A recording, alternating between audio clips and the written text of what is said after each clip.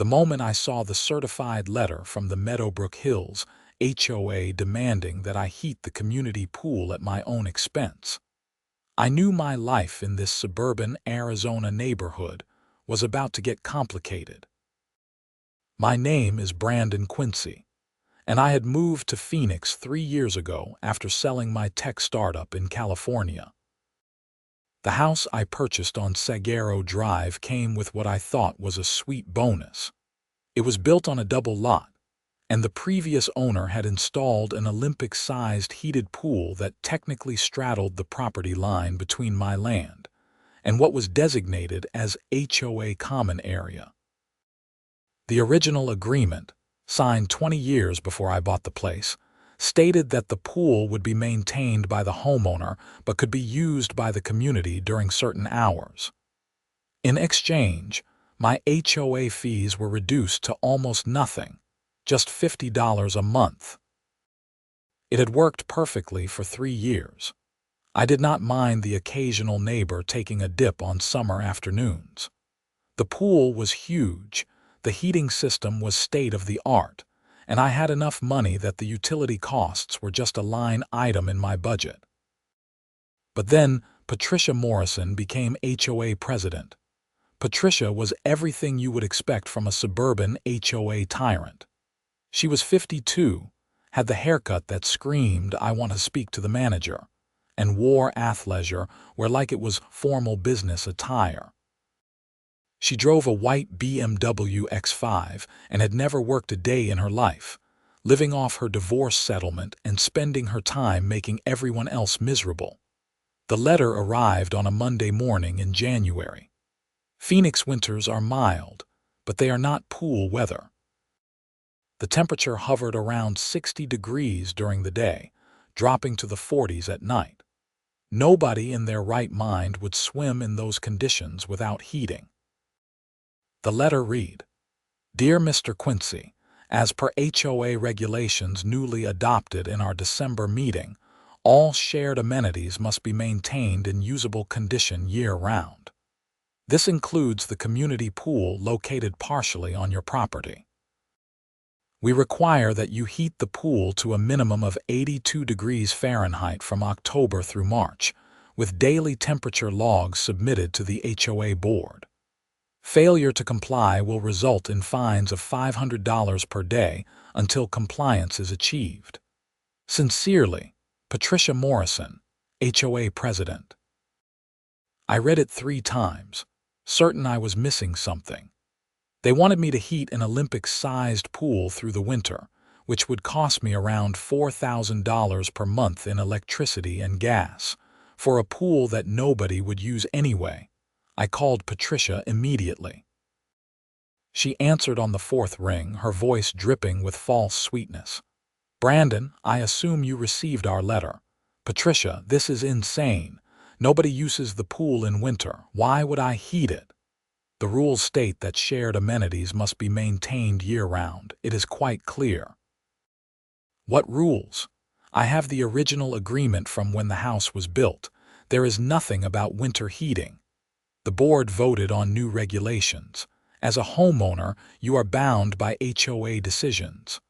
I was not at that meeting. When was I supposed to vote on this?" "You missed the December meeting. That is not our problem, Brandon. The vote was unanimous among those present." "How many people were present?" There was a pause. "Myself and 2 board members. Out of how many homeowners?" 87, but that is irrelevant. We had quorum." I felt my blood pressure rising. "Patricia, I am not heating an Olympic-sized pool in winter. This is a ridiculous waste of money and energy." "Then you will be fined $500 per day starting next Monday. Have a wonderful day, Brandon." She hung up before I could respond. I spent the next 2 days researching HOA law in Arizona. What I found was both encouraging and infuriating.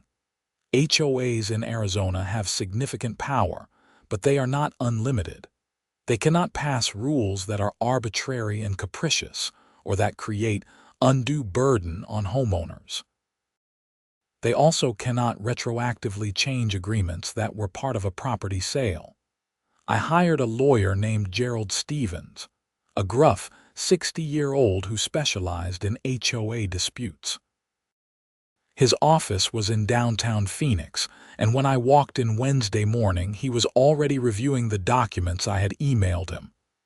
"This is absurd," he said without preamble. "They cannot do this." So I can ignore the letter, not quite. "They will fine you, and those fines will turn into a lien on your property if you do not fight back. We need to respond formally, request a hearing, and if they refuse to back down, we file suit." "How long will that take?" "Months, maybe a year. And in the meantime, they will keep fining you. But if we win, they have to refund everything plus legal fees." I nodded slowly, thinking. "There is another option." Gerald raised an eyebrow. "I am listening." "The original agreement says the pool is partially on my property and partially on HOA common area. What if I just removed the part on their property?" Gerald leaned back in his chair, a slow smile spreading across his face. "You are talking about draining the pool and keeping the equipment that I paid for. The agreement does not specify that you cannot do that. It only states that if the pool exists, it must be maintained. If the pool does not exist, then there is nothing to maintain." Gerald laughed, a deep belly laugh that shook his whole frame. "They are going to lose their minds, but technically, you would be within your rights. The pool equipment is on your property, you paid for all the upgrades, and if you want to remove a structure from your land, that is your prerogative. What about the HOA portion? That is where it gets interesting. The common area includes the pool deck and about a third of the actual pool. But if the pool is not functional, they cannot require you to maintain it, and if you remove your portion, their portion becomes a useless concrete hole. Can they sue me? They can try. But they would have to prove damages, and good luck arguing that removing a pool you were forced to maintain is somehow damaging to them, especially after they tried to extort thousands of dollars from you. I left Gerald's office with a plan. It was petty, it was aggressive, and it was going to cost me a significant amount of money in the short term. But I was not going to be bullied by Patricia Morrison and her power trip HOA board. That evening, I called Ramirez Pool Services, the company that had installed my pool's heating system 5 years before I bought the house. The owner, Carlos Ramirez, was a straight-talking guy in his 40s who I had used for maintenance. "Carlos, I need a favor. Actually, I need a big job." "What are you thinking?" "I need you to drain my pool, remove all the equipment, and fill in the section on my property." There was a long pause. "Brandon, that is a $250,000 pool. Why would you do that?" I explained the situation. Carlos listened without interrupting, and when I finished, he whistled low. "HOA is crazy, man. I have seen this before. They get a little power and lose their minds, but you are serious about this, completely serious. How fast can you do it?" "I can start Monday. Drain will take 2 days, equipment removal another 3, fill in maybe a week after that." "But Brandon, you are talking about 40 grand minimum for this job." "Do it. And Carlos, keep all the equipment safe. The heaters, the pumps, the filters, everything. That is my property, and I want it stored where the HOA cannot touch it." "You got it, boss. This is going to be fun to watch." I spent the weekend preparing. I reviewed every document related to the property, made copies of the original pool agreement, and compiled a folder of evidence showing that I had maintained the pool properly for 3 years, until the HOA's unreasonable demand. I also set up security cameras around the property, pointing at the pool and the street. I had a feeling Patricia would not take this well. Monday morning arrived with perfect Arizona sunshine. Carlos and his crew of 4 workers showed up at 7 in the morning with trucks, pumps, and equipment. The industrial pump they brought could drain the 20,000 gallons in about 6 hours.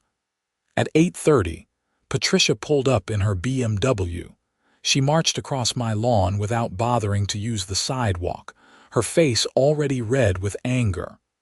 What is going on here? I was sitting on my patio drinking coffee. Good morning, Patricia. I am having the pool drained. You cannot do that. That is community property. Actually, the pool is partially on my property and partially on HOA land. I am removing my portion. The agreement states you have to maintain the pool. The agreement states I have to maintain it if I choose to keep it. I am choosing not to. Problem solved. Patricia's mouth opened and closed like a fish. This is vandalism. This is destruction of community property. Gerald Stevens, my attorney, disagrees. Would you like his number? I am calling the police. Please do. I will wait. She actually did call the police. 2 officers from the Phoenix Police Department arrived 30 minutes later, looking annoyed at having their time wasted. Patricia met them on the street, gesturing wildly at my house. The older officer, a patient-looking man in his 50s named Officer Davidson, walked up to my patio. Sir, we have a complaint about property destruction. Good morning, officer. I am having a pool removed from my property. Here are the property documents showing the pool is on my land, and here is the agreement with the HOA showing that maintenance is at my discretion. Officer Davidson reviewed the papers, then looked at Patricia. Madam, he is removing a structure from his own property. That is not illegal. But the HOA has rights to that pool. Do you have documentation showing the HOA owns the pool? Patricia sputtered. It is a shared amenity that he maintained voluntarily. If he wants to remove it, that is his choice. Unless you have a court order stating otherwise, there is nothing we can do here. The younger officer was trying not to smile. Officer Davidson handed me back my documents and nodded. Have a good day, sir. Try to work this out with your HOA. After the police left, Patricia stood in the street, shaking with rage. You are going to regret this, Brandon. The board will fine you into bankruptcy. Looking forward to it, Patricia. She stormed off and Carlos walked over, grinning. That was even better than I hoped. You are my new hero, man. The next few days were glorious. The pool drained completely by Tuesday evening, revealing the aging concrete that needed resurfacing anyway. Wednesday and Thursday, Carlos's crew disconnected and removed all the equipment. The high-efficiency heater that cost $12,000, the variable speed pump worth $4,000, the salt chlorine generator, the LED lighting system, and the automated control panel. Everything was cataloged, photographed, and transported to Carlos's secure storage facility.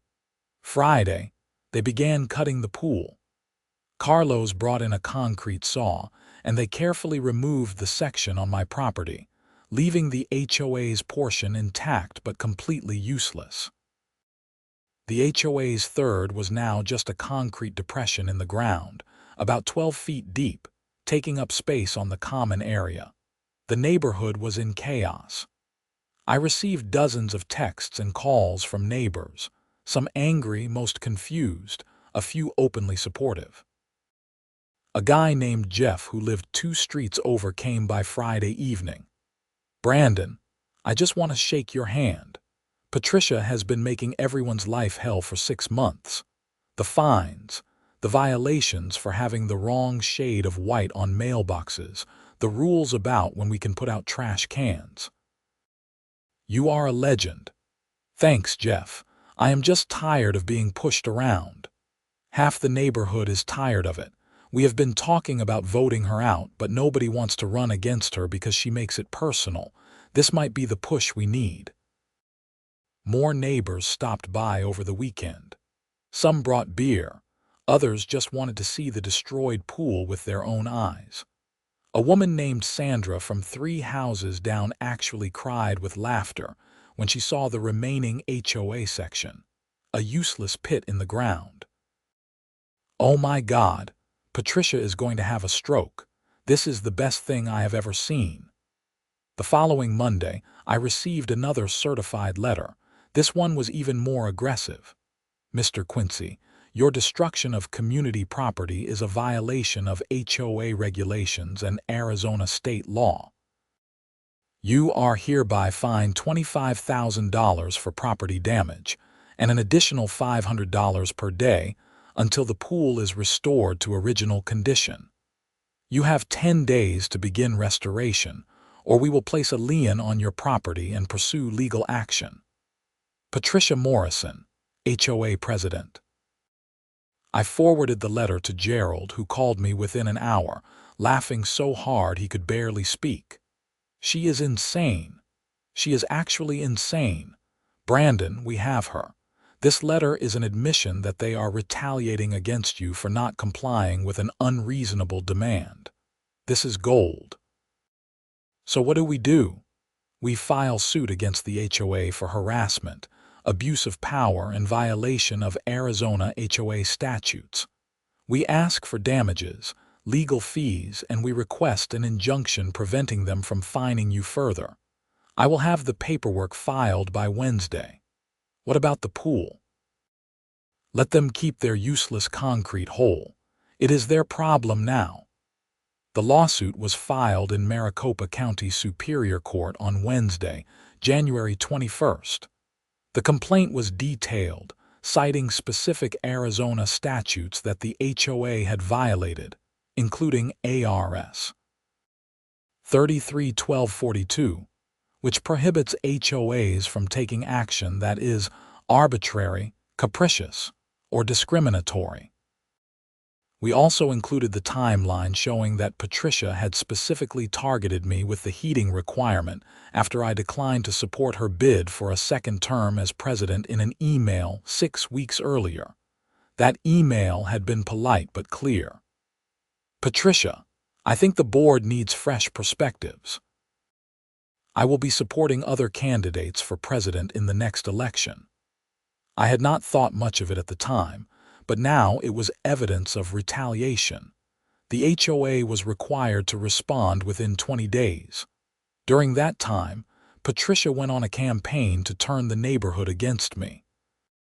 She sent out a community-wide email claiming I had destroyed a beloved community amenity out of spite, and that my selfish actions would result in increased HOA fees for everyone to repair the damage. It backfired spectacularly. Jeff organized a counter-campaign. He created a Facebook group called Meadowbrook Hills Homeowners for Reasonable HOA Governance, and it had 50 members within 2 days. People shared their own horror stories about Patricia. Fines for kids leaving bikes in driveways, violations for hanging American flags, demands that people repaint houses that were perfectly fine. One story particularly stood out. An elderly veteran named Robert Chen had been fined $2,000 for having a ramp installed for his wheelchair without HOA approval, even though Arizona law specifically protects disability accommodations. He had paid the fine rather than fight, not knowing his rights. The Facebook group became a rallying point. People were angry, and they wanted change. Jeff scheduled an emergency HOA meeting, using a provision in the bylaws that allowed homeowners to call meetings with a petition signed by 20% of residents. They got 30% within a week. The meeting was scheduled for February 10th at the community center. I knew Patricia would try to control it, but the momentum was against her. In the meantime, the HOA filed their response to my lawsuit. Their attorney, a slick guy named Brandon Mitchell from a firm that specialized in HOA defense, argued that I had violated the terms of the pool agreement and that the HOA had the right to enforce community standards. Gerald tore it apart in his counter-filing. He pointed out that the newly adopted regulations, Patricia cited, had never been properly voted on. that the quorum requirement had been manipulated by scheduling the meeting during Christmas week, when most people were traveling, and that the heating requirement was financially punitive, costing me over $20,000 for the winter season to maintain an amenity nobody would use.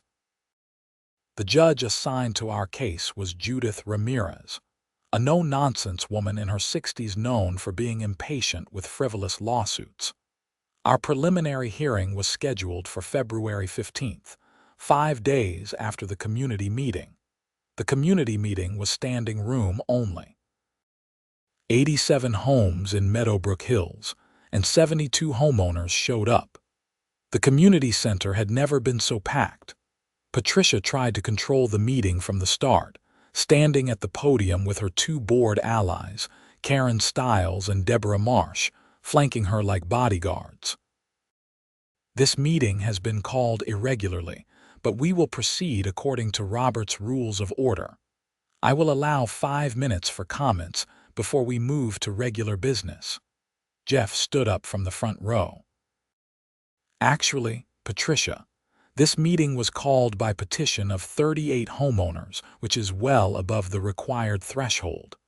According to our bylaws, the petitioners set the agenda, and the agenda is voting on your removal as president and board members. Patricia's face went white.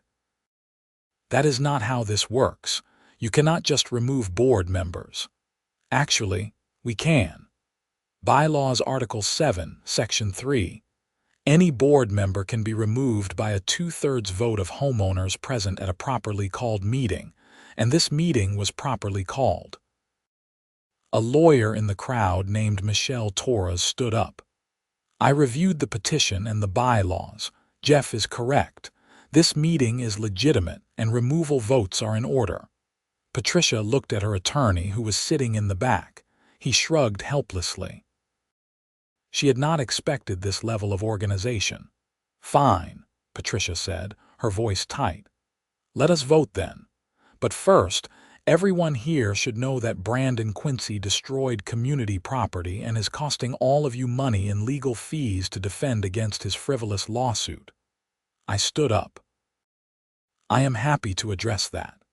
Patricia and the board passed a regulation requiring me to spend $4,000 per month to heat a pool in winter that nobody uses. When I refused, they threatened to fine me $500 per day.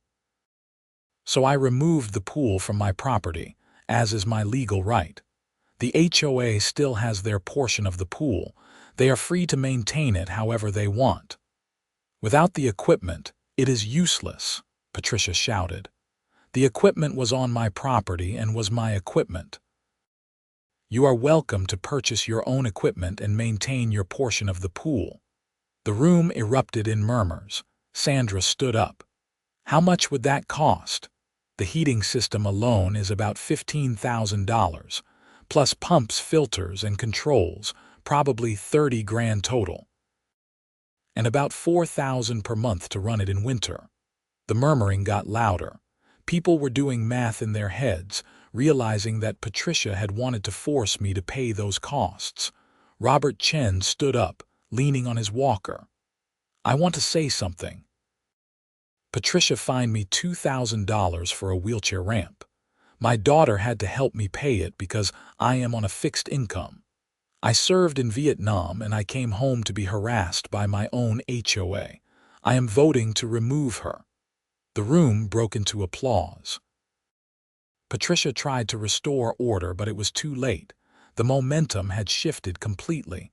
Jeff called for the vote. All in favor of removing Patricia Morrison as president and from the board, raise your hand.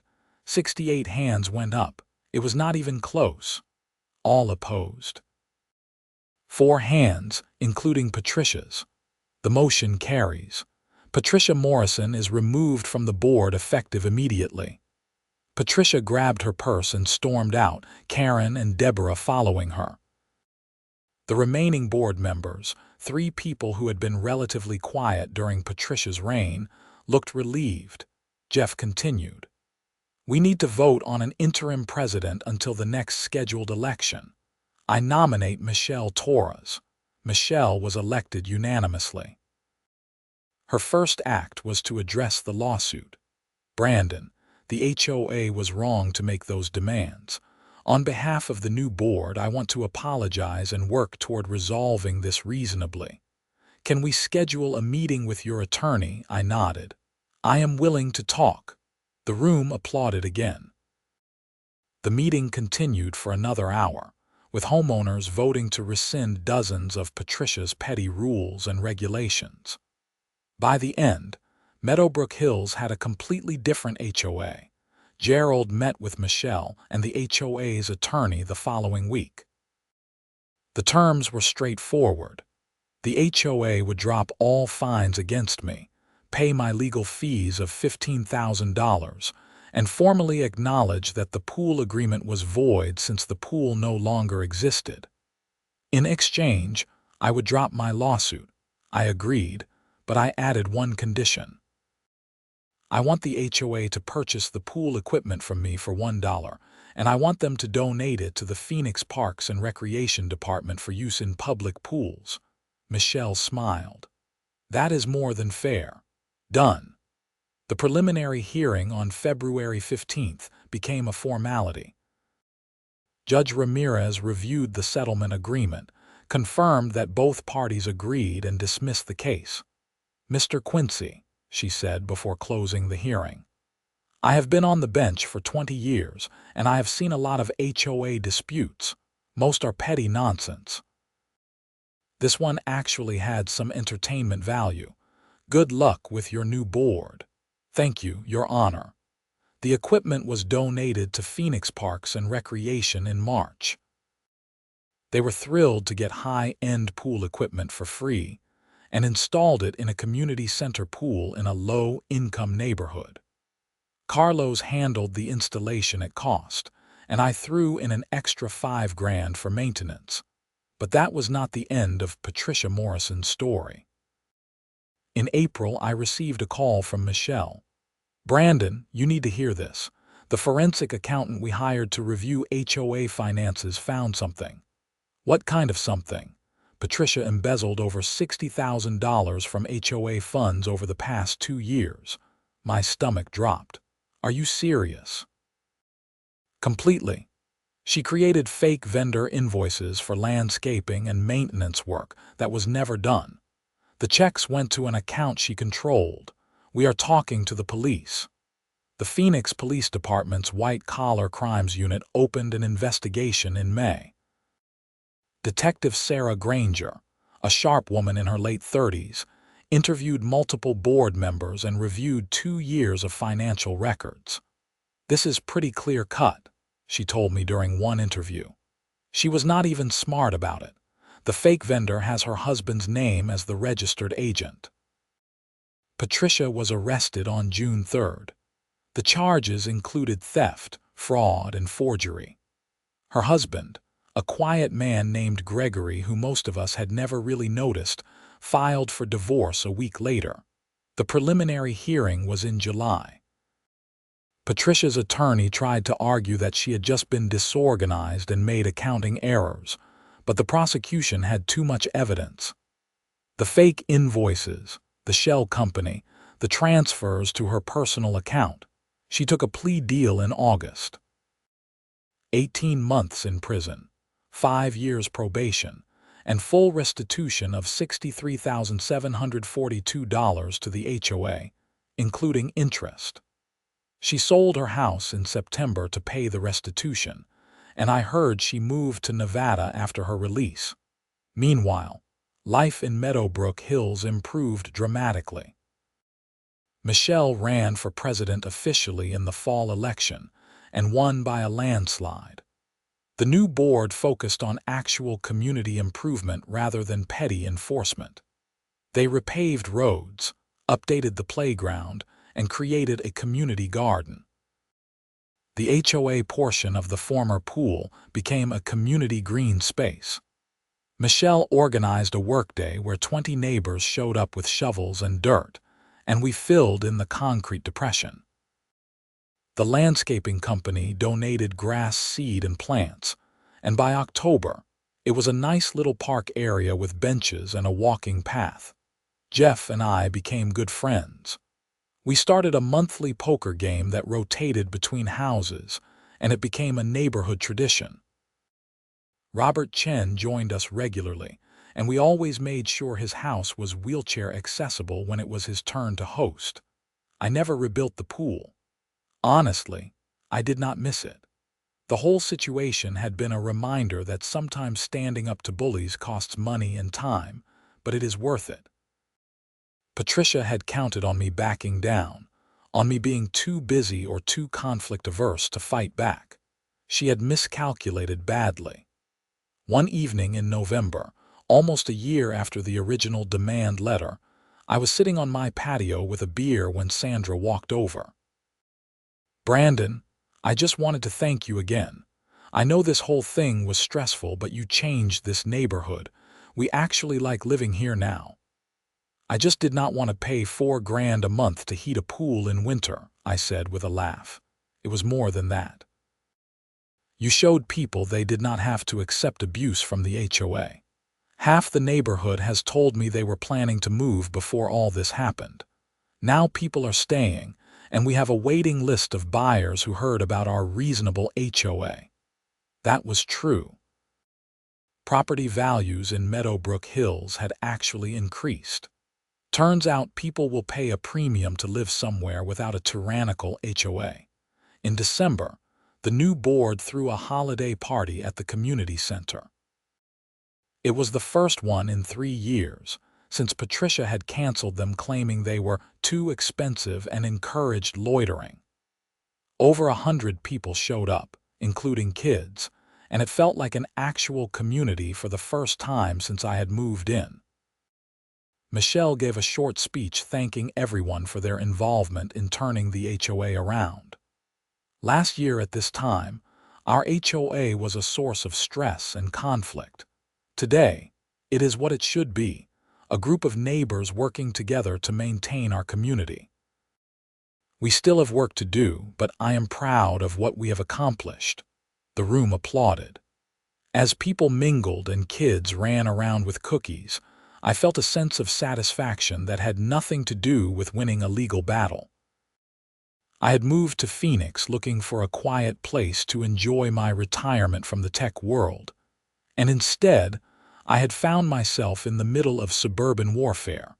But it had been worth it. The pool was gone, but in its place was something better.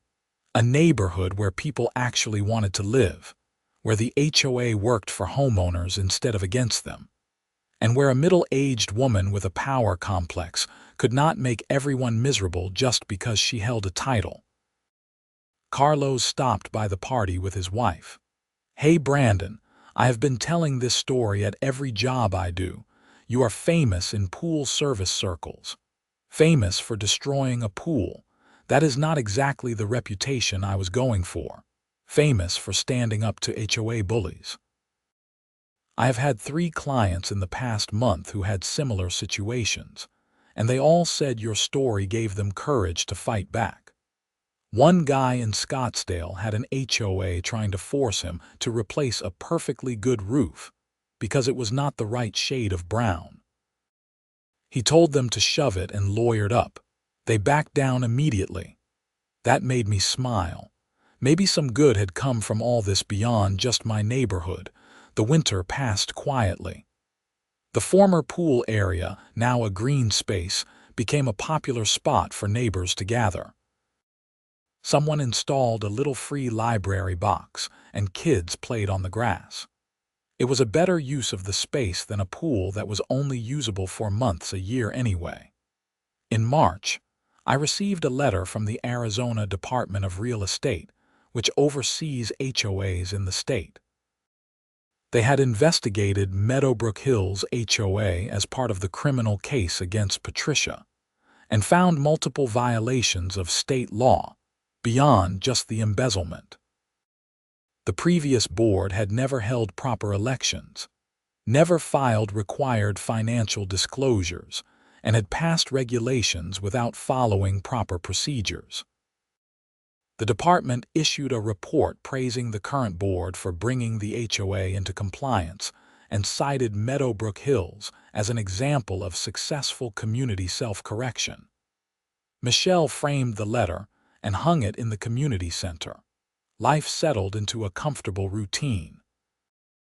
I started consulting part-time for tech startups, joined a local cycling club, and became genuinely involved in neighborhood activities. The poker games continued, and our group expanded to include 8 regulars. One Saturday in April, I was at Home Depot buying supplies for a garden project when I ran into Gregory Morrison, Patricia's ex-husband.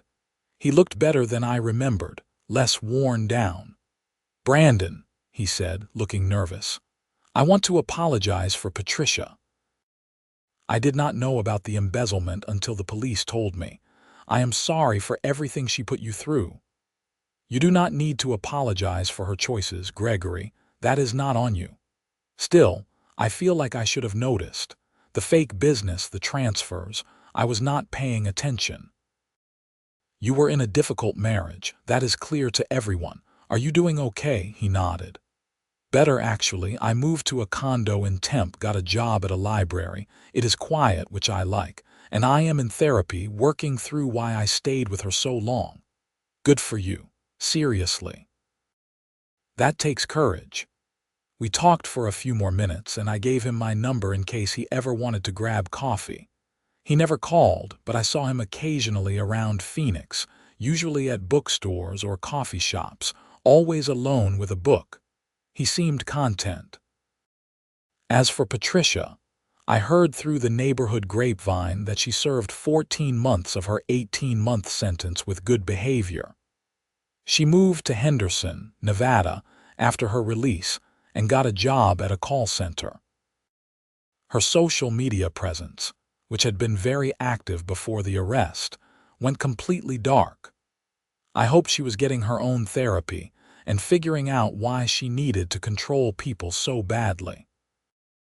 The following summer, on the 2-year anniversary of the original demand letter, Jeff organized a Freedom from Tyranny barbecue at the former pool site. It was tongue-in-cheek, but also a genuine celebration of how far the neighborhood had come. Over 100 people showed up. We grilled burgers and hot dogs. The kids played games, and someone set up a projector to show a movie after dark. Standing in the green space where my pool had been, surrounded by neighbors who had become friends, I felt a sense of peace. Michelle walked over with a beer. "You know, I never thanked you properly for what you did. Running for HOA president was not on my bucket list, but this has actually been rewarding. You are doing a great job. The neighborhood is lucky to have you. We are lucky to have someone willing to stand up to bullies. A lot of people would have just paid the fines and been bitter about it. I had the resources to fight back. Not everyone does. That is what made me angriest about the whole thing. Patricia knew most people could not afford a lawyer, so she could do whatever she wanted. Well, the new board is setting aside funds for homeowners who need legal help with HOA disputes. We are calling it the Quincy Fund." I laughed. "You are not serious." "Completely serious. We took a vote. It was unanimous." The Quincy Fund started with $5,000 from HOA reserves and grew from there. The idea was simple.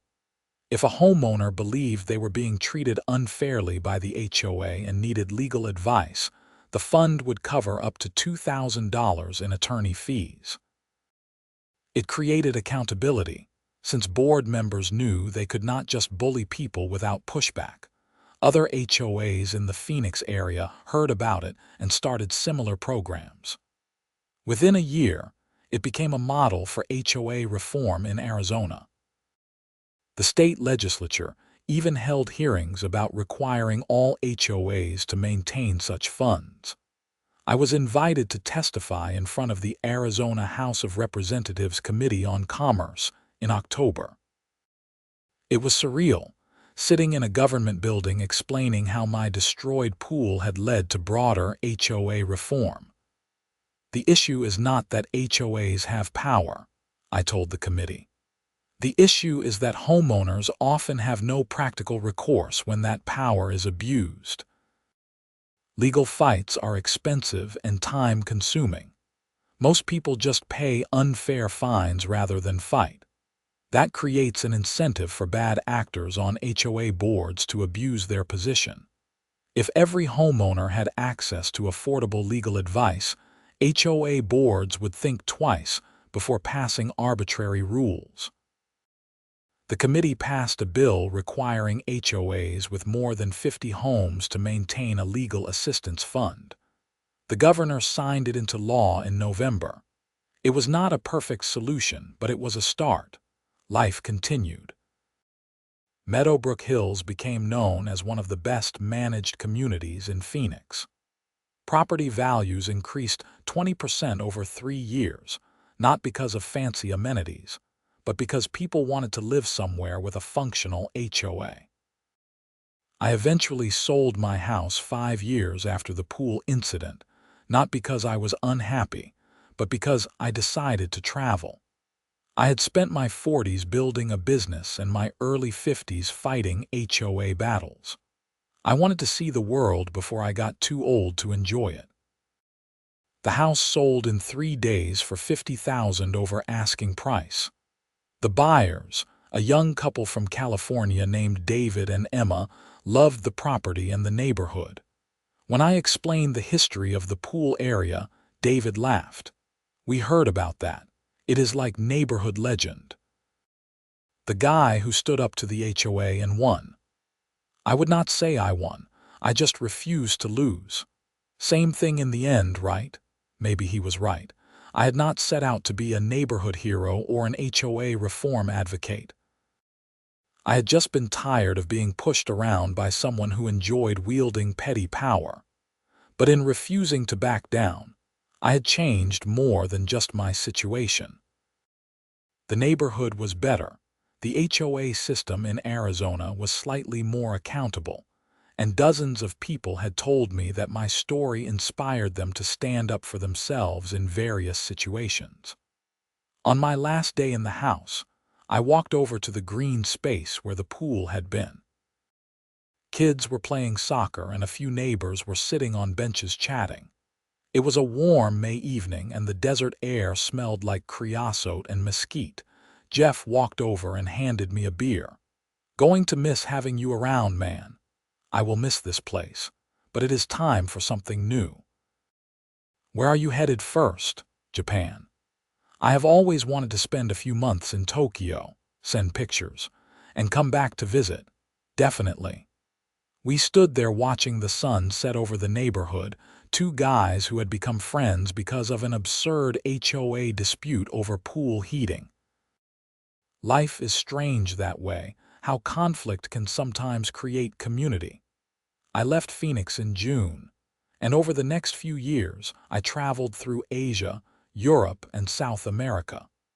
I kept in touch with friends from Meadowbrook Hills through social media and occasional video calls.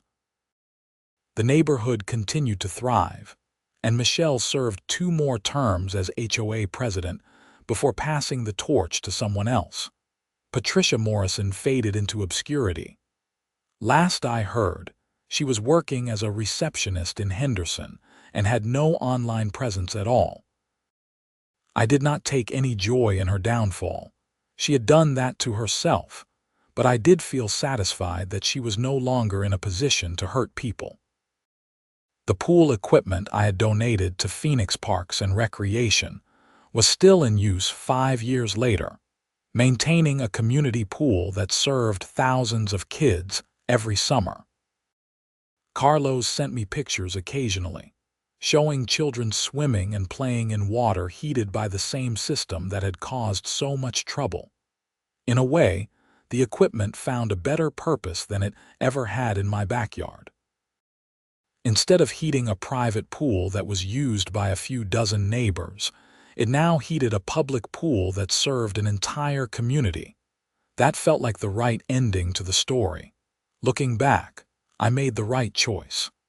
I could have backed down, paid the money and avoided all the conflict. But that would have taught Patricia that intimidation works, and the next person would have suffered too. Instead, I fought back, and in doing so helped create a system where HOAs were slightly more accountable and homeowners had more protection. Was it worth the stress, the legal fees, and the destroyed pool? Absolutely. Some fights are worth having, not because you will win something valuable, but because the alternative is accepting injustice. And I was done accepting that.